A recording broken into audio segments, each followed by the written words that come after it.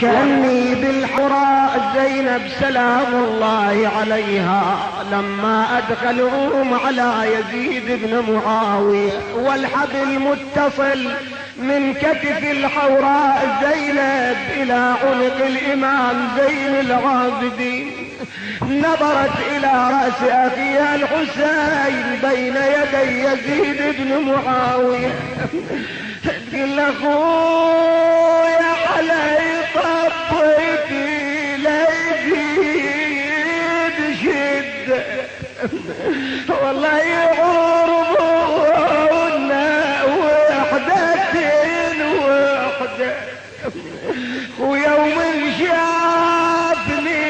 كالزر النجد يسبني ولا واحد يرد،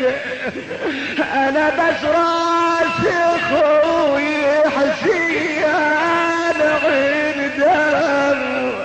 الحوراء زينب سلام الله عليها لما فرغ الامام زين العابدين من خطبته كأني بلسان الحال تقول له هلا ومرحبا باج النشامة،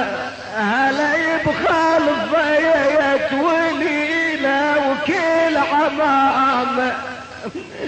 عم احمد طلع لجيتك بالسلام، كفو يا الماهب كل قلب جاسي على المنبر يا عم رفعت راسي من هلها والهلك هاي الكراسي كل الناس تدري يا بعدي الروح الزيت الطفلة وصوتها يبين اريد الابوي اشتلدوب يا عم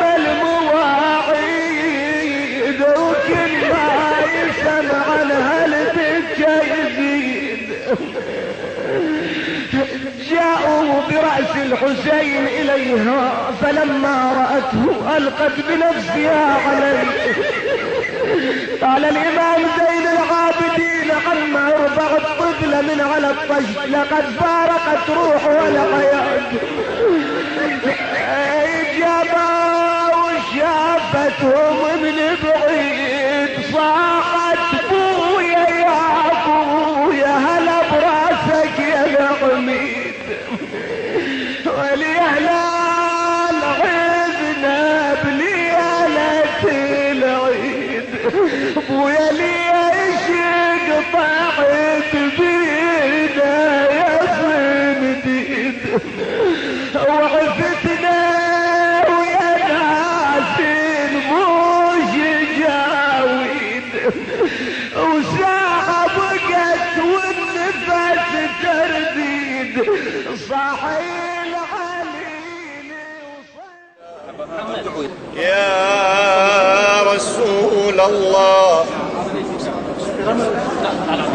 صلى الله عليك يا سيدي ويا مولاي يا حبيب الله وعلى آل بيتك المظلومين صلى الله عليك يا سيدي أيتها الصديقة الشهيدة المظلومة صلى الله عليك يا مولاي يا أبا عبد الله صلى الله عليك يا مولاي وابن مولاي ويا باب نجاة الأمة روحي وأرواح العالمين لك الفداء يا أبا عبد الله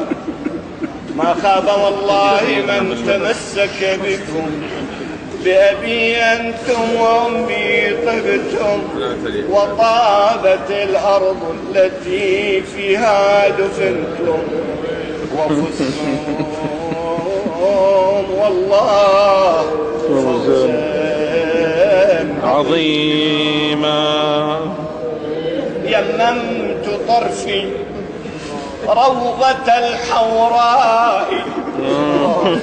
وأسلت دمعا من صميم ولائي كالزائرين يا مولاتي يا زينب كالزائرين وقفت في جناتها أحيي الفؤاد بأطيب الأجزاء فهنا عبير المصطفى والمرتضى قد فاح من ريحانة الزهراء وهنا ترأت لي وقائع كربلاء حيث الحسين وجملة الشهداء وتجسدت لبصيرتي صور السبا وتحولت للشام عاشوراء